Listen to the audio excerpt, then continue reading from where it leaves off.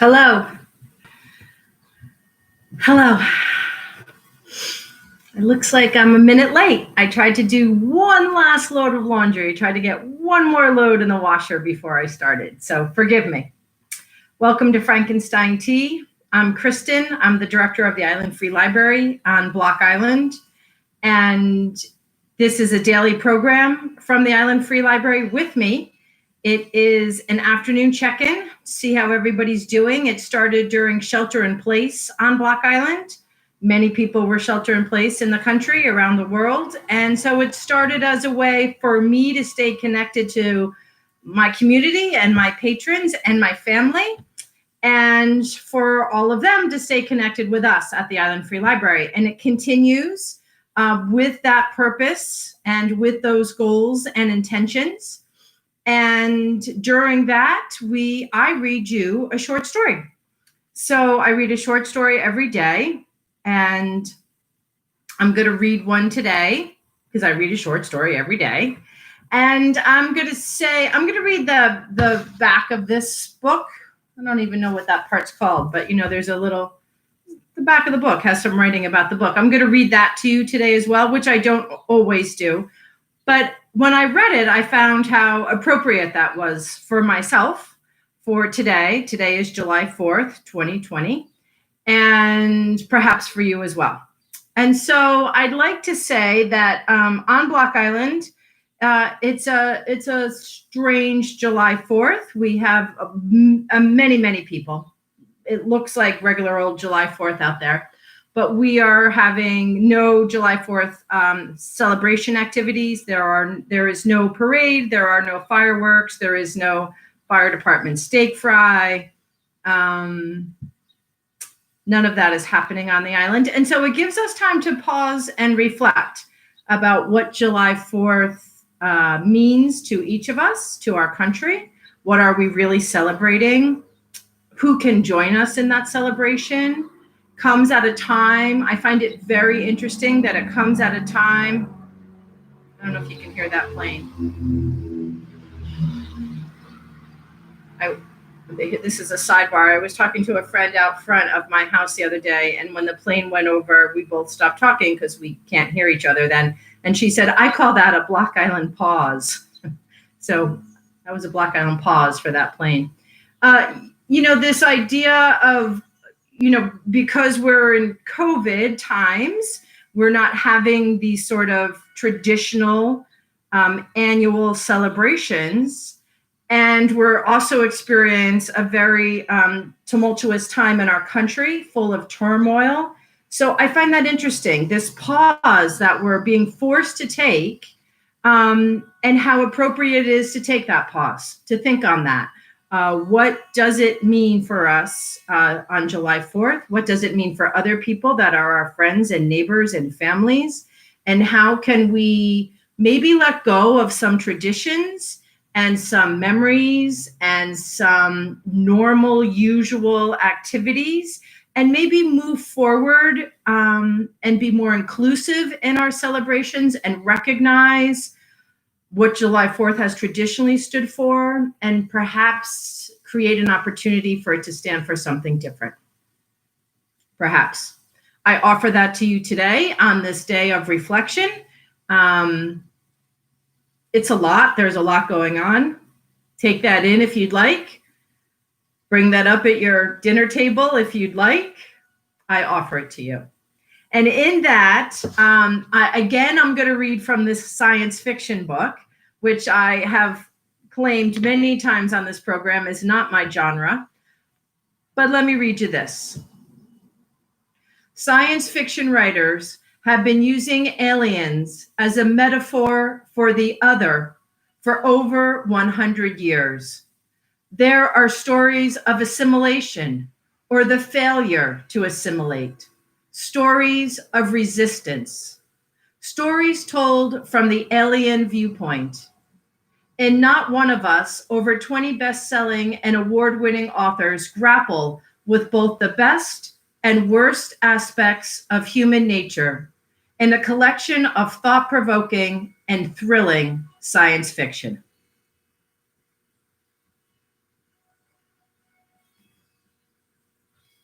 That is the back cover of Not One of Us, Stories of Aliens on Earth, edited by Neil Clark. It was published by Nightshade Books, New York, in 2018. And for today, I'm reading Water Scorpions by Rich Larson. Can you hear that saw? Sorry. My neighbor is not taking July 4th off and is sawing away.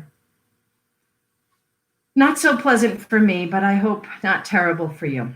All right, here we go. Water Scorpions by Rich Larson.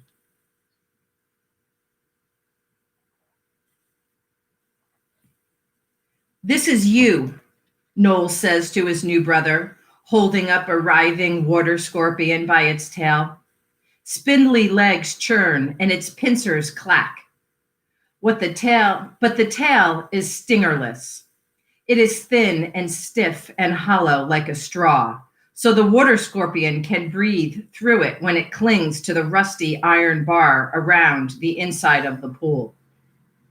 Danny rocks forward on his hunches and watches through his cluster of gleaming black eyes.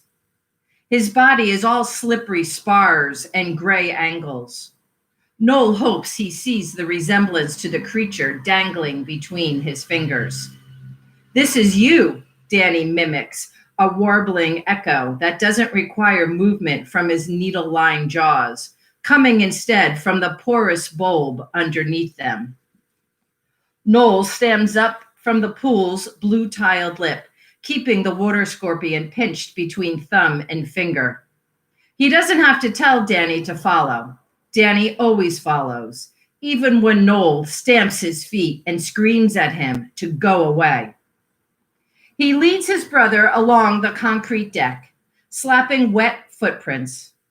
Danny's feet clop instead of slapping, like when their mother wears high heels. Now she sits barefoot in a dilapidated beach chair, wearing the stretchy black one-piece that hides her scar. Her eyes are on a work screen full of lab notes, but she sets down her stylus and waves and smiles when Noll and Danny pass by.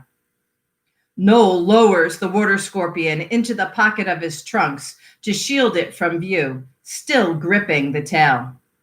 It squirms and rasps against the fabric. Nobody else looks up from their loungers. Nobody stares at Danny here, not even the cooks anymore. The private pool on the edge of Faya Largo, only hours from the Saharan crash site, was bought out by the UN specifically for its team of scientists, translators, engineers, all of them now used to seeing aliens. Noll and Danny pass under a stucco arch, and the concrete becomes the courtyard's chipped mosaic tile, hot on Noll's feet. He does not know if it is hot on Danny's feet. Danny never jerks away from scalding sand or half-buried thorns, not even when Noll has him walk over a spread of prickly goat heads. Pungent eucalyptus overtakes the smell of chlorine and greasy samosas. The silvery gray trees line a long open-air entryway. Noll leads Danny all the way to the end, into the red dust of the parking lot, where the pool sounds of splashing and satellite radio and voices are muted. Danny's neck pops and swivels toward the family car, where it gleams hot white in the sunlight. "Look at this, Danny," Noll says, lifting the water scorpion from his pocket. "Watch this." "Watch this," comes the wavery echo. He crouches obediently as Noll drops the creature into the warm sand. It makes a skittering circle, claws waving, then tries to dart away. Noll meets it with a wave of sand kicked up by the blade of his hand. The water scorpion flails and shies off, scuttles in the other direction. Noll tosses another fistful of sand. Danny keeps watching, stone still, as Noll pours scoop after scoop of sand onto the panicking scorpion, sucking the moisture from the cracks in its keratin, battering down on its carapace, until the creature turns sluggish and can only slowly kick its legs in place. That's like you. If mom didn't bring you to the pool all the time, Noll says softly, you'd cook. You'd get all dried up and die. And after a while, she'd forget you ever existed, just like she forgot Maya. Danny looks up at him with all of his black beetle eyes. Danny never blinks. He never smiles and never cries. He doesn't understand, not a single thing. Noll covers the water scorpion over, heaping a burial mound. With his eyes on his work, he whispers, I hate you. I hate you, Danny trills softly back. The stork ship came down on the day Noll's sister died. He was sitting in the waiting room, watching red balloons in an animated smart paint drift across the peeling green walls, reminding him his 10th birthday wasn't far away, when the news feed sliced into every screen in the hospital. A crumbling castle of pitted alloy and crystalline spars falling from the sky. When the ship crash landed in the Sahara, an ocean away, an orderly gasped and bit the skin between her thumb and finger. Noll understood it was something his xenobiologist mother would need to know about, something as important as the baby in her belly. So when she came from the examination room with her shoulders shaking, he rushed to show her the screen. She watched the crash calmly, nodded to herself as if it made perfect sense. Her eyes were shot through with pink. Later, on the metro, she explained in her doctor voice that Maya's umbilical cord had shrunk too thin and she'd starved, but they would still have to go back to the hospital the next day for induced labor. If she died, then how can you give birth to her? Noll asked, feeling a wave of confusion, a panic aching his throat. His mother wept then, a raw, rusty sound that made other people watch her in the subway windows. Noll buried his face in the crook of her arm. The woman in front of them played the news feed at full volume on her tab about the UN seeking to assemble a response party to drown out the noise. Back poolside, their mother has migrated back under the gazebo, rolling up her work screen. Noll and Danny join her in the straw shade for samosas. Iridescent green and purple swirls over Danny's body, as it always does around their mother. Noll leans back against a rust-flaking pole of the gazebo while Danny hurries to her. She strokes his jaws, an approved contact from the stork instructional transmissions, but can't resist giving a human squeeze at the end. When she motions the same for Noll, he digs back against the pole, feeling it on the nodes of his spine. Have you been playing Marco Polo today? She asks, helplessly, trying to drop her open arms naturally to the tabletop. We're killing water scorpions, Noll says, just to watch her smile cloud over. They're pests, he adds, because the clouding still hurts. Jean says so, says we can. Eat now, his mother says. Stay in the shade for a while. You'll burn. Danny'll burn, you mean, Noll says. In the years since they came to Africa, leaving the flat in Montreal with the empty baby room, he's baked dark. He never burns anymore. They eat without speaking. Noll hides the gristle with ketchup. Danny cakes them with the nutrient powder from their mother's Tupperware, which is better than when he covers them in sand. Danny can eat anything. Once he ate half the pages from Noll's favorite paperback comic, Slow and Deliberate, back when Noll was scared to put his fingers near Danny's teeth. Their mother thought he confused it with the paper-wrapped spearmint gum she'd given him a day before. I have to go back on site for a few hours, she says, zipping her swim bag. Will the pair of you be all right until supper? Jean is in the clubhouse. Jean is in the clubhouse, Danny echoes, a high, sweet distortion of their mother's voice. His bony head swivels toward the stucco entrance. She smiles. That's right. Noll, watch out for your brother.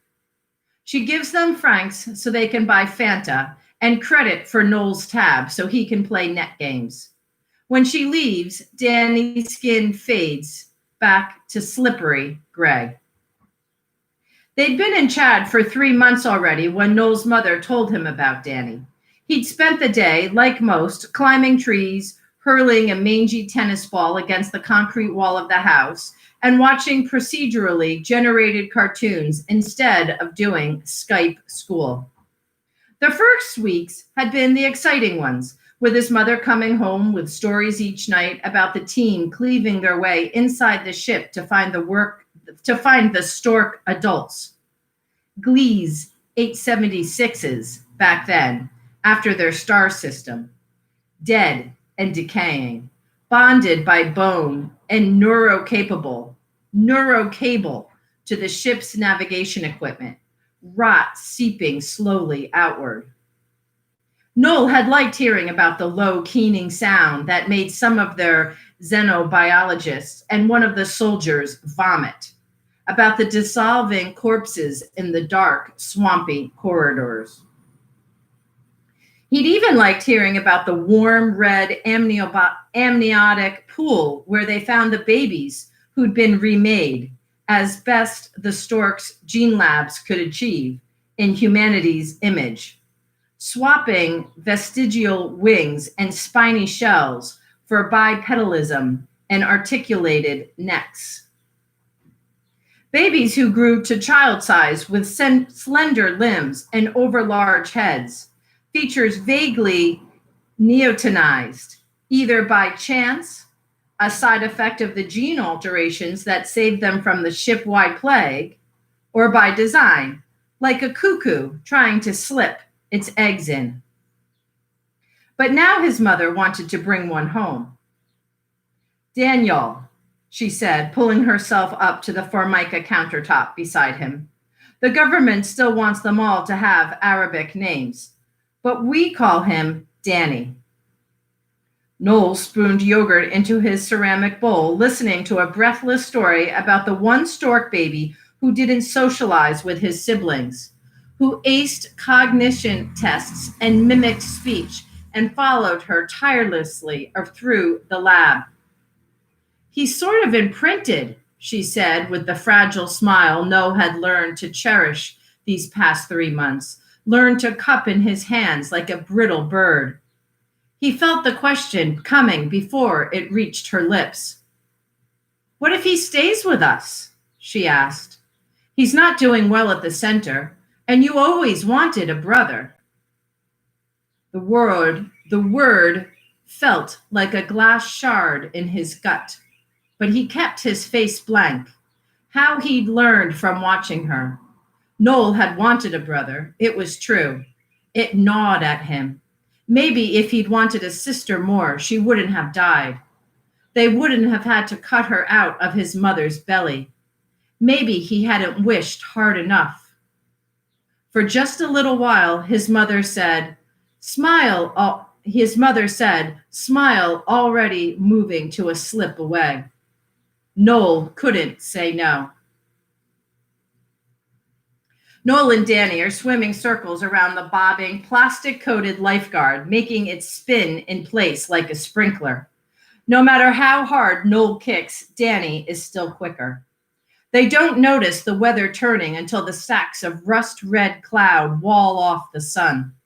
Noll comes up for air in a sudden dusk, and the smell of cool, wet dirt itches inside his nose.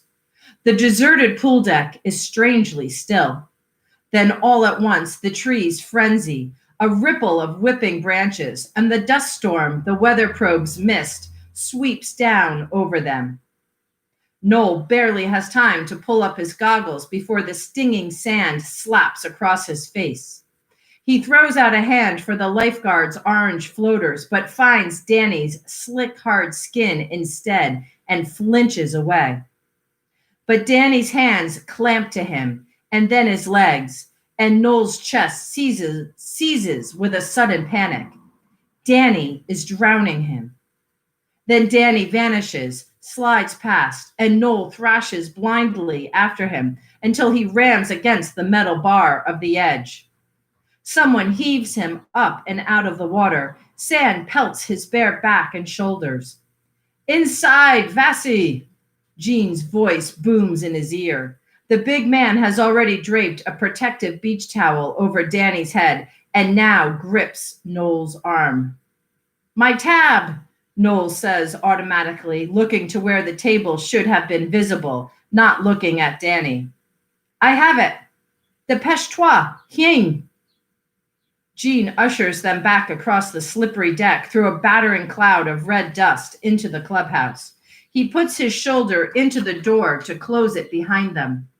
Noll claws sand out of his hair while Danny struggles out of the orange towel. The barrage has left small red welts on his gray skin. "Wash out your eyes at the sink," Jean says, pointing to the concrete basin back behind the bar. The clubhouse is dark except for one flickering fluorescent tube in the ceiling and the glow of a plasma screen hooked to the wall. The few UN workers who didn't leave earlier now slouch to the sunken couches, mumbling bitterly about cell signals lost, windows left wide open, faulty weather probes.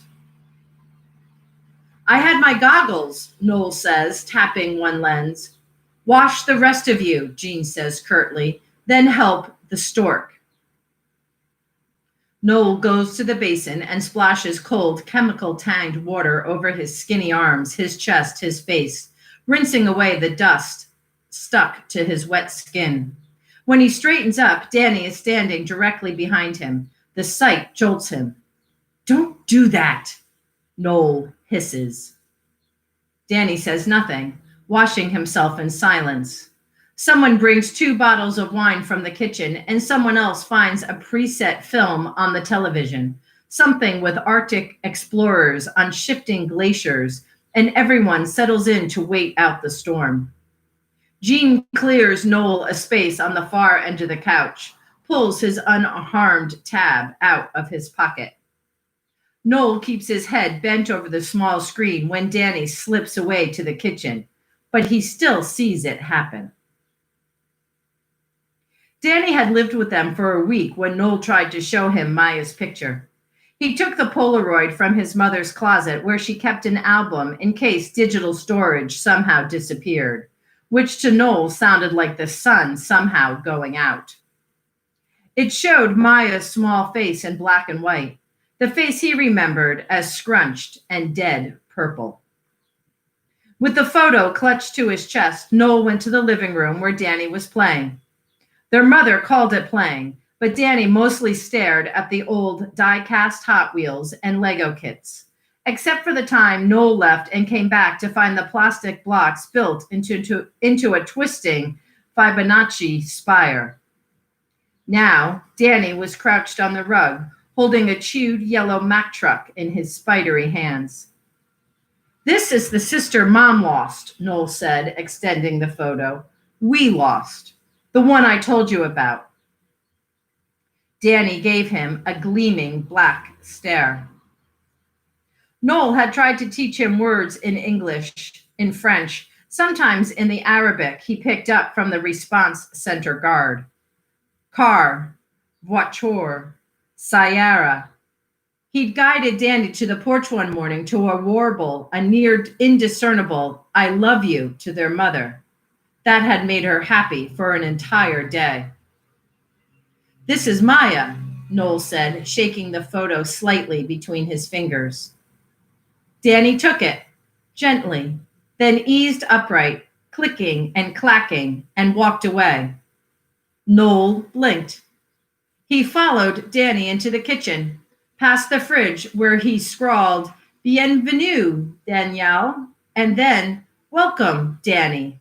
The day Noll's mother brought him back from the response center, savoring the static crackle under his fingertip and the electricity of anticipation. Danny opened the sink cupboard, looked back at him, and slipped the photo neatly into the garbage.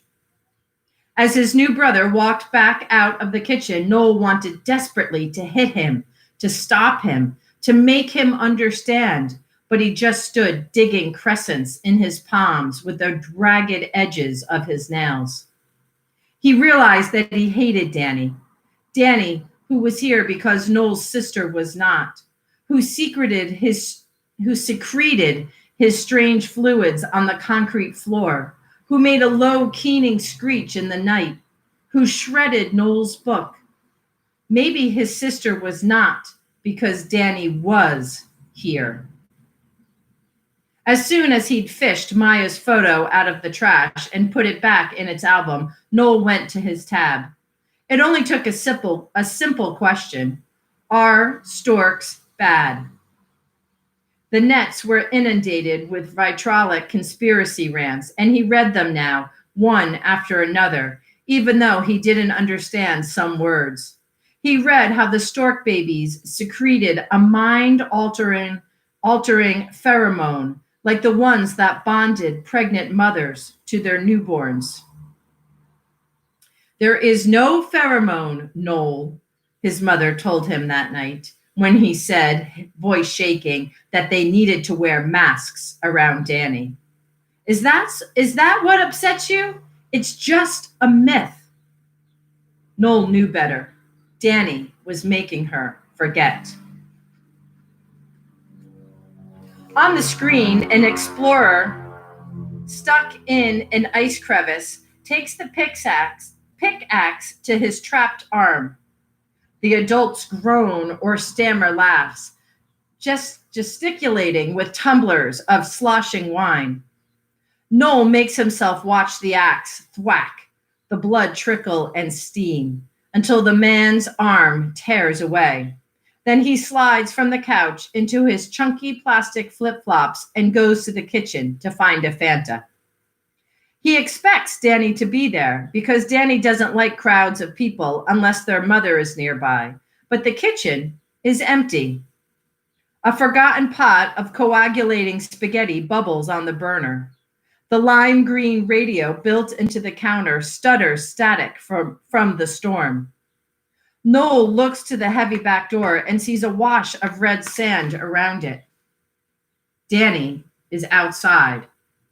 Noll finds a crate of lukewarm Fanta in the corner and tugs one free, replaces it with a handful of francs. He searches slowly for a bottle opener while he thinks of what might happen. Danny's skin is soft.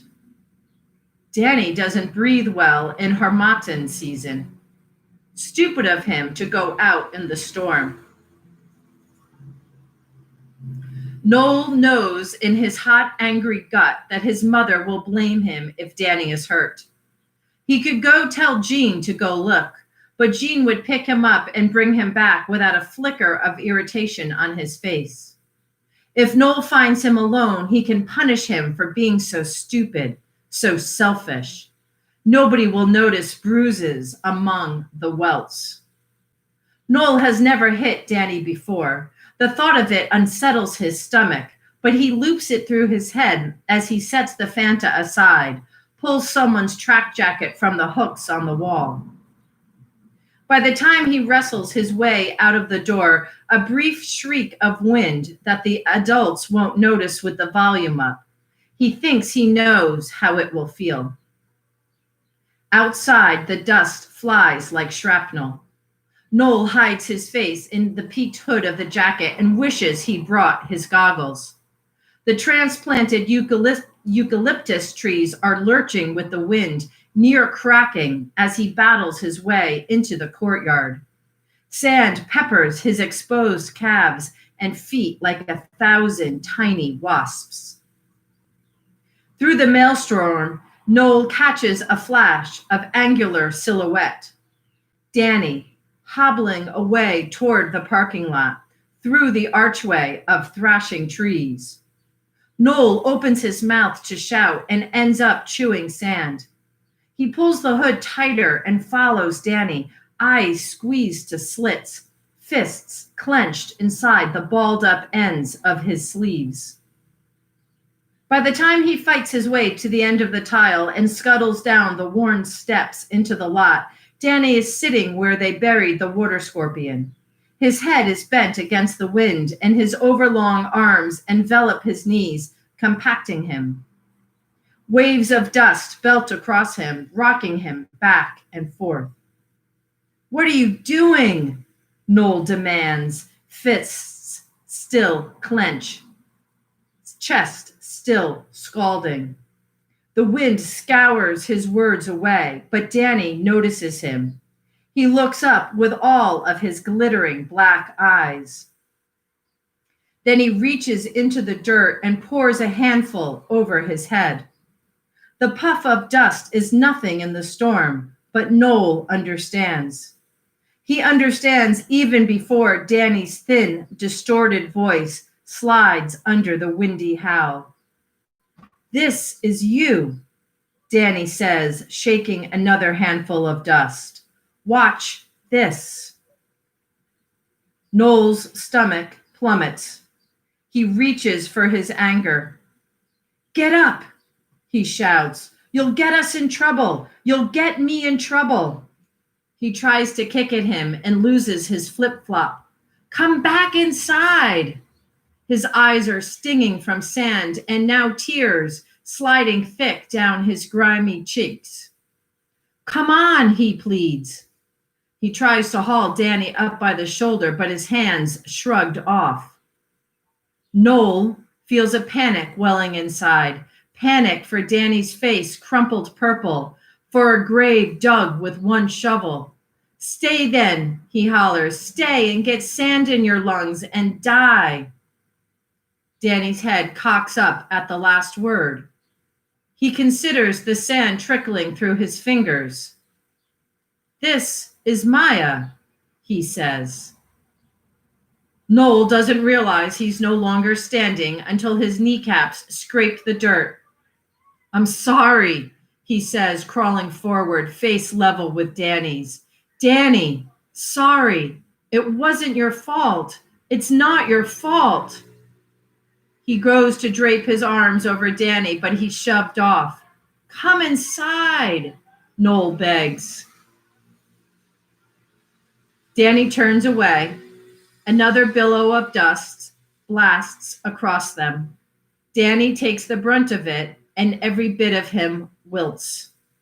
As the wind roars louder, Noll strips off his jacket and pulls it over their heads like a tarp. Danny stiffens, then allows it. Their breath is hot underneath the nylon. Noll feels his skin press against Danny's clammy back. He feels the puckered marks left by flying sand. "Not your fault," Noll mutters. The storm dances all around them. He waits and waits for the echo.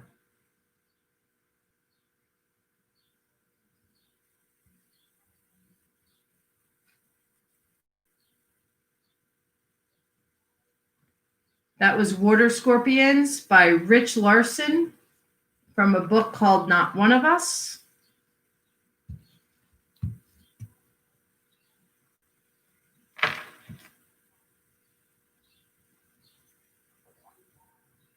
I wish you a good afternoon. Enjoy it. It's sunshine on Block Island and a cool breeze. So that's good news. I hope everyone is well. Take care of yourselves. Wear your mask. Wash your hands. Social distance. 3 easy steps. Wear your mask. Wash your hands and social distance. All right. Carry on. Peace. Love you, Poppy.